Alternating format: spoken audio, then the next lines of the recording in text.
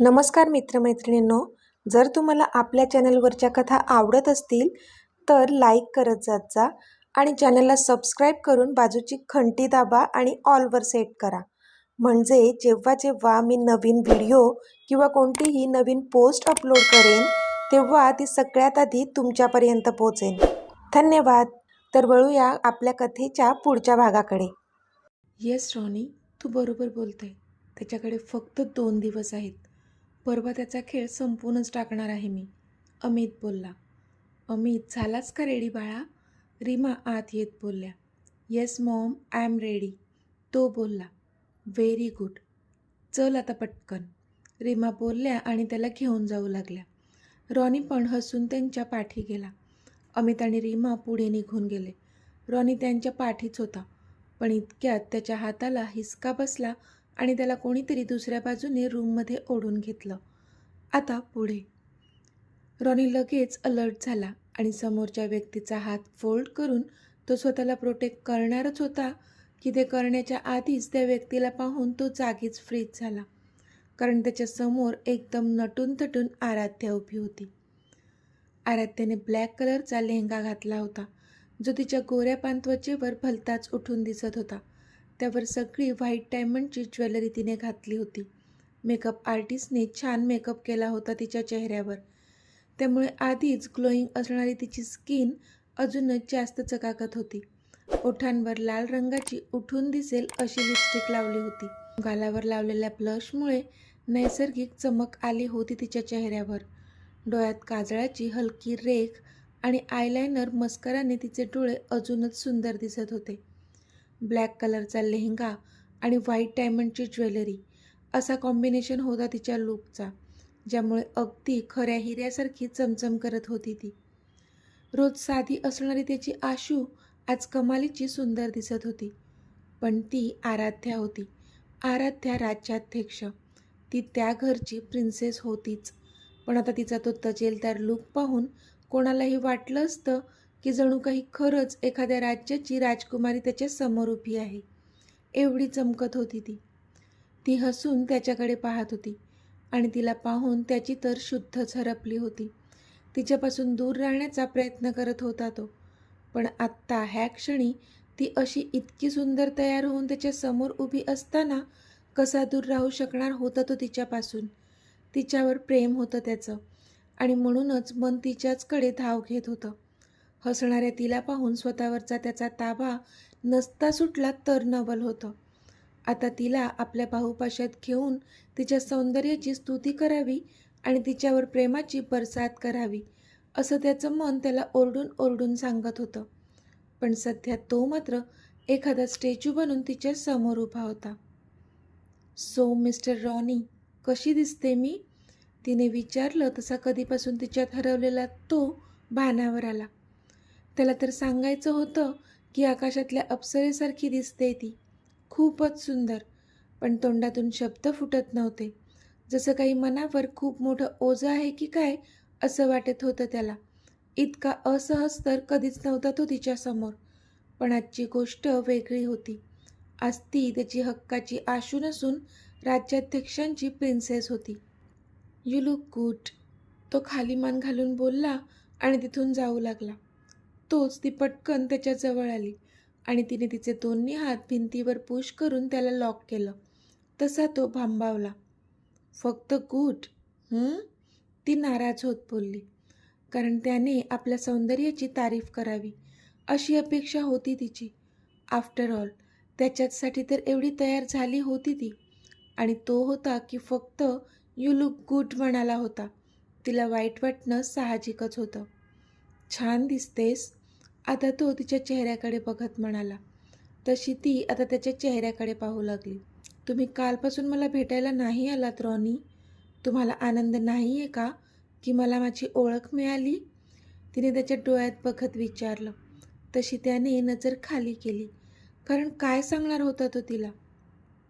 You know what Ronnie, काल मला सगळे भेटले, माझी पूर्ण फॅमिली. मी खूप खुश होते की मला माझी फॅमिली पुन्हा मिळाली. पण माझ्या ह्या खुशीत मला तुम्ही हवे होते. कालपासून मी तुमची वाट पाहते. तुम्ही आत्ता याल, नंतर याल, पण तुम्ही आलातच नाहीत. मला वाटलं की बिझी असाल, पण नाही. तुम्ही तर माझा कॉल पण नाही घेतला. मला खूप राग आला होता तुमचा. मी तर स्वतः आज तुमच्याशी बोलणारही नव्हते. तुम्हाला तरसवणार होते. माझा राग होता ना तुमच्यावर. पण नाही, आता तुम्हाला ब्रोसोबत पाहिलं आणि माझं मलाच राहवलं नाही तुमच्यापासून दूर. कधी एकदा तुम्हाला भेटते, कधी एकदा तुमच्याशी बोलते असं झालेलं मला. म्हणून मी सगळ्यांच्या नकळत तुम्हाला इथे आणलं. माझं काही चुकलं का? तिने निरागसतेने विचारलं. पण तिचं ऐकून रॉनीला मात्र आता काय बोलावं कळत नव्हतं. कसं सांगणार होता तो तिला की आता तू एक राजकुमारी आहेस आणि मी तुमच्याच घरात काम करणारा एक सामान्य मुलगा. तुझं आणि माझं दूर दूरपर्यंत काहीच मॅच होणार नव्हतं. बोला ना रॉनी, तिने त्याचा चेहरा तिच्याकडे वळवून विचारलं. पण तो शांतच होता. रॉनी, कालचं माझं प्रॉमिस लक्षात आहे माझ्या. मी विसरले नाही आहे. तुम्ही त्यासाठी तर नाही ना रागावलेत माझ्यावर? तिने त्याच्या खालच्या ओठांवर स्वतःचा अंगठा फिरवत विचारलं. तसा सर्कन काटा आला त्याच्या अंगावर. कालपासून किती एक्सायटेड होता तो त्या क्षणासाठी, ज्यासाठी तो तिला छळत होता. आणि आता ती त्या क्षणासाठी रेडी असूनही तो मात्र दूर पळत होता तिच्यापासून. प्लीज, मला जावं लागेल. मी येतो, तो बोलला आणि तिच्याकडून नजर चोरून बाहेर जाऊ लागला. तसा तिने त्याचा हात पकडला. तुम्ही मला इग्नोर का करताय? माझी तारीफ पण केली नाही तुम्ही. काय झालंय रॉनी? तिने त्याच्या गालावर हात ठेवत काळजीने विचारलं. पण त्याचे मात्र आता डोळे भरून आले होते. मॅडम प्लीज, मला बाहेर जावं लागेल, तो पाणावलेल्या डोळ्यांनी बोलला. पण ती मात्र त्याच्याकडे पाहतच राहिली. Madam, seriously? तिने आश्चर्याने विचारलं. तसे त्याने डोळे मिटले. येस मॅडम, मला बाहेर जावं लागेल आणि तुमच्याच घरातल्या एका क्षुल्लक स्टाफसोबत असं एका बंद खोलीत राहणं चांगलं दिसत नाही तुम्हाला. तुम्ही ह्या घरची प्रिन्सेस आहात आणि मी तुमच्या घरातला एक साधा स्टाफ. सो प्लीज माझ्यापासून दूर राहा. तुम्हाला शोभत नाही हे असं एका सामान्य मुलासोबत एका बंद खोलीत राहणं. प्लीज, तो एकदम कठोर आवाजात बोलला आणि तिथून बाहेरसुद्धा निघून गेला. तशी ती मात्र एखाद्या निर्जीव मूर्तीसारखी त्याच्याकडे पाहत राहिली. ती आता अंगातून प्राण निघून जावा अशी खाली बसून पडली होती. कधीपासून इतकी खुश असणारी ती आत्ता मात्र एकदम मलूल झाली होती. चेहऱ्यावरचं ते तेज आता कुठच्या कुठे पळालं होतं तिचं. रॉनी बाहेर आला आणि त्याच्या डोळ्यांतून अश्रूचा एक थेंब खाली पडला. तसा त्याने तो वरचे वर झेलला. तिच्यासमोर कितीही कठोर बनत असला तरी आतून मात्र पूर्णपणे तुटला होता तो. पण हे सगळं करणं गरजेचं होतं त्याच्यासाठी. तिला आपण आपलं बनवू ही आपली योग्यता नाहीच आहे. त्यामुळे लवकरात लवकर तिलासुद्धा ह्याची जाणीव करून द्यायची होती त्याला, जेणेकरून पुढे जाऊन तिलाच ह्या गोष्टीचा कमीत कमी त्रास व्हावा. कारण अजून जर ती आपल्यात गुंतून राहिली तर ती तर बाहेर पडू शकणार नव्हतीच. पण त्याच्यासाठी पण हे खूपच कठीण गेलं असतं. तो तिच्या भल्याचा विचार करत होता. पण वेळ चुकीची निवडली होती त्याने. आज तिच्या भावाचं आणि तिच्या बेस्टीचं लग्न होतं, जे तिला एन्जॉय करायचं होतं.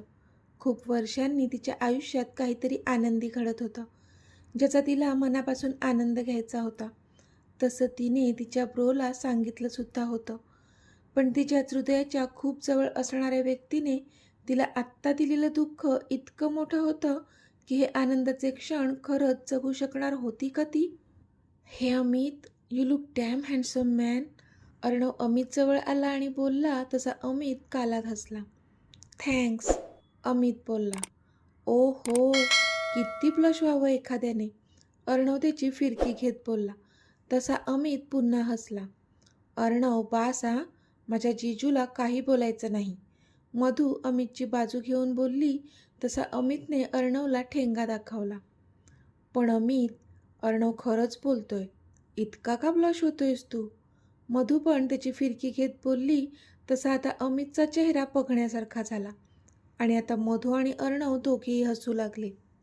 मधू, अर्णव, तुम्ही का माझ्या मुलाला त्रास देत आहात? गप्प बसा. खूप खूप छान दिसतोय माझा अमित.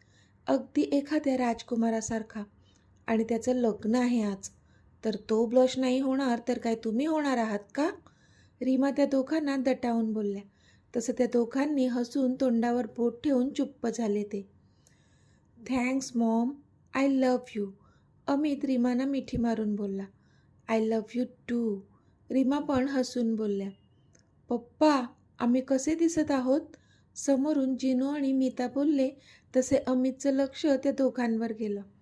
जिनूने पण स्काय ब्लू कलरमध्ये छान असा जोधपुरी सूट घातला होता आणि मीताने स्काय ब्लू कलरमध्ये चनिया चोळी घातली होती. दोघेही खूप छान दिसत होते.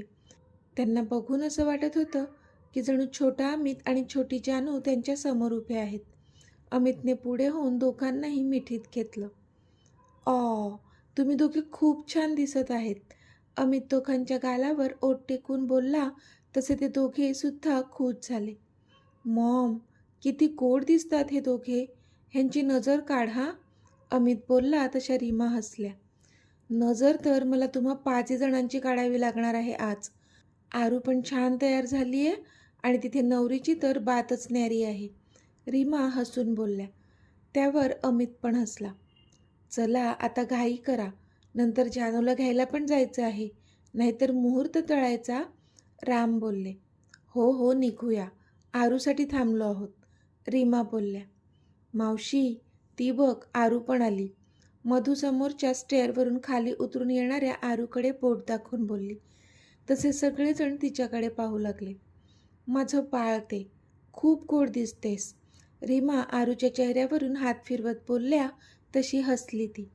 Wow princess, you look very beautiful. Amit बोलला तशी ती पुन्हा कसनुसा हसली.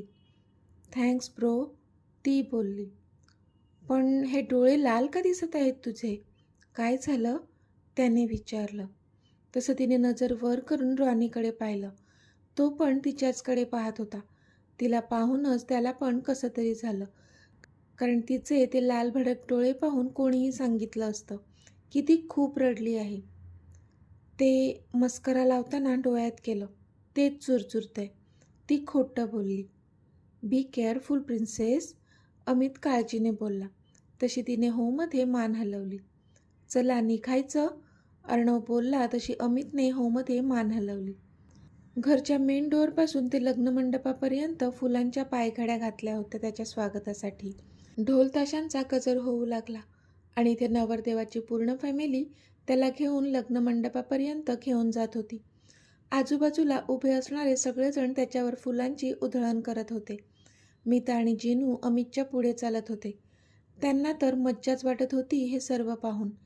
त्यांच्याच मम्मी पप्पांचं लग्न ते एन्जॉय करणार होते. अमितसाठी भले हे सगळं दुसऱ्यांदा होत होतं, पण आत्ता ह्यावेळची गोष्टच वेगळी होती. त्याच्या जानूला माहीत होतं ती तिच्या मीतचीच नवरी होणार आहे आणि म्हणून तिच्यासाठी तो खूप जास्त खुश होता. आता ते सगळेजण अमितला घेऊन जिथे मंडप सजवला होता तिथे आले. भटजींनी सांगितल्याप्रमाणे अमित एका बाजूला उभा राहिला आणि आता नवऱ्या मुलीला घेऊन या, भटजीबुवांनी सांगितलं आणि ते ऐकून इथे अमितच्या हृदयाची मात्र स्पंदने वाढली.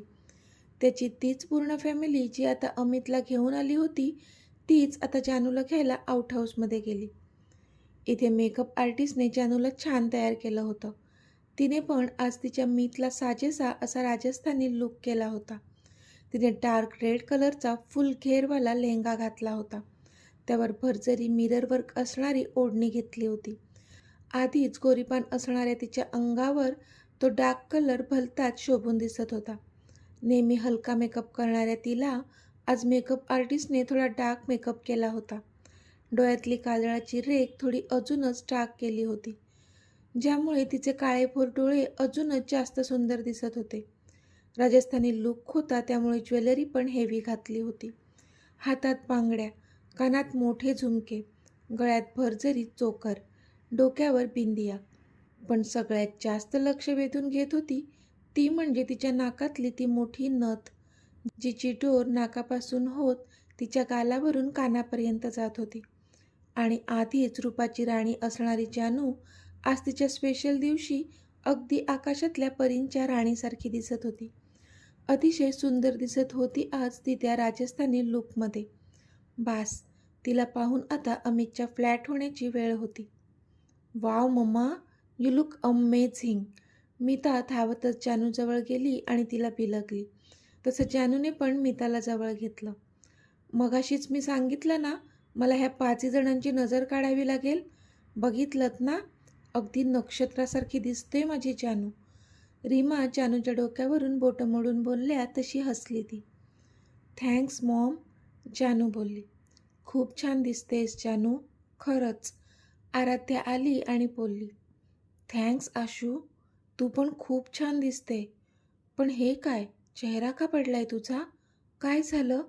जानूने काळजीने विचारलं.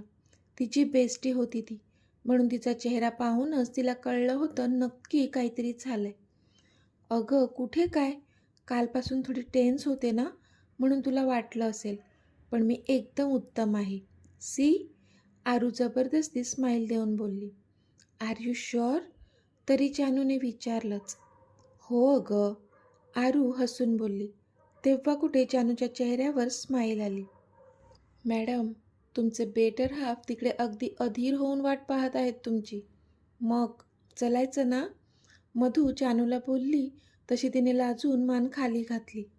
हो हो चला, निघूया लवकर, मुहूर्त टाळायला नको, रीमा बोलल्या. तसे आता सगळेजण जानूला घेऊन जाऊ लागले. जानूच्या पुढे मीता आणि जिनू चालत होते. तिच्या आजूबाजूला आरू आणि मधू दोघीही होत्या आणि तिच्या पाठी रीमा, राम, जानूचे बाबा, जानूची आई, अंश, अर्णव, छोटी मृणाल आणि सीमा मावशी एवढे जण होते. जानूसाठी पण फुलांच्या पायघड्या घातल्या होत्या आणि आजूबाजूने तिच्यावर फुलांचा वर्षाव होत होता तो वेगळा. ढोलताशांच्या गजरासहित सनई चौघडे पण वाजत होते.